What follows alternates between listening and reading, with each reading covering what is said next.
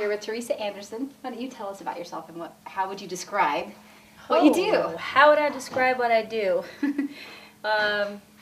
Like Bigfoot takes a bubble bath.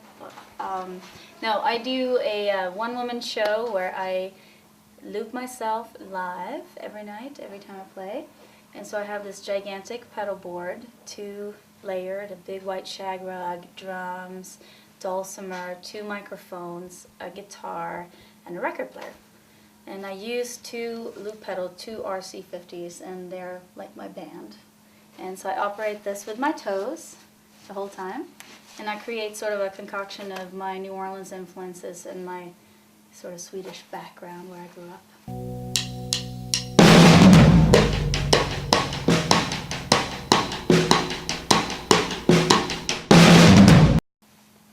Into this indie soul kind of thing, I guess, if you want to put a label on it musically. How did you get into using the looping pedals? Well, I was asked to go to Europe on tour, and they could only afford to bring 1 person. So I got 1 loop pedal for that tour, learned a few songs. I went to Europe, toured the summer, and it was very well received, and so I decided that this is something I need to keep working on. Well, it's kind of fun to perform with yourself.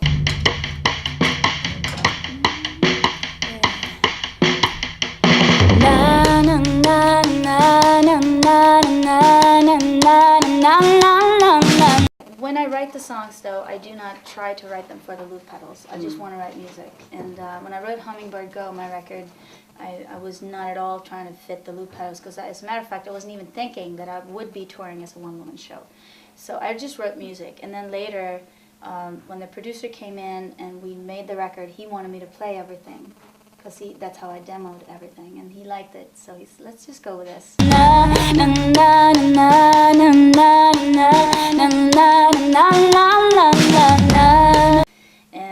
And so everything just evolved from that, and that's when after I made the record, just by playing all the instruments myself, I thought, well, now I need to tour like this. Yeah. And then I expanded from just having that 1 loop pedal to having 2, and this whole big board and all these little pedals on there to be able to create what I gotta do. And I think looping in itself is kind of limiting. Like, you know, it gets very square, and I try to break it out of that and just make it overlap more and have a little more shape. I kind of feel like this music and the way that I perform it is a little bit like a music collaging. So every step that I'm doing is actually accounted for in certain passages of the songs.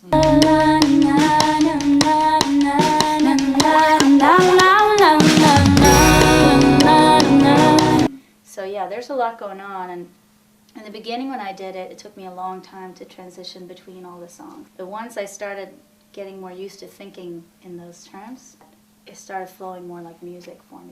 Could it be that we are falling like rain falls on the ground?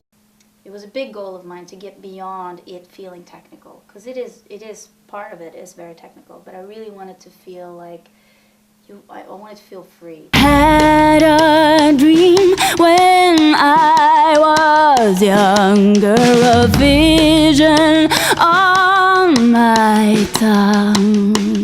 Now, after doing it for a year and a half, I really start feeling like I'm above and beyond the pedals. Like I can play for the audience.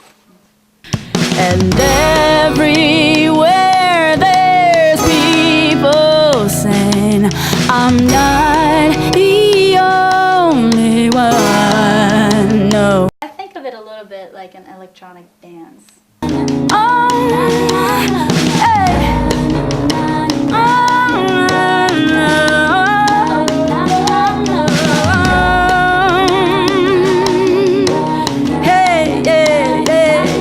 We made this video in my kitchen, which is also where I recorded the whole record. And it got picked up on YouTube and featured, and then next thing I know, there's like 750,000 people looking at the thing. It's crazy. Cool. So where do you head from here? February 4th, I'm going to be going to New York to do the Conan O'Brien show, which I'm very excited about. And after that, I'm going to start writing the new record.